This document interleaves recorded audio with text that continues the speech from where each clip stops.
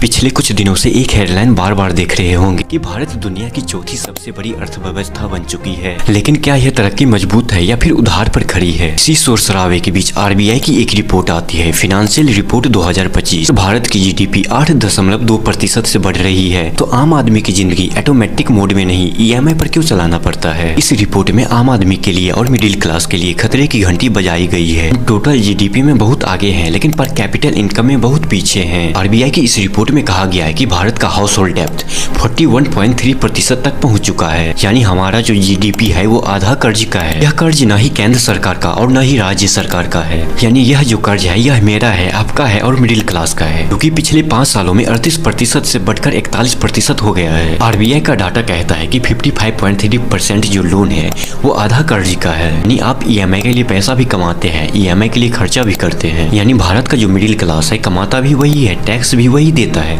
और उपभोक्ता भी वही है। कैसा लगा ये वीडियो कमेंट सेक्शन में जरूर बताइएगा।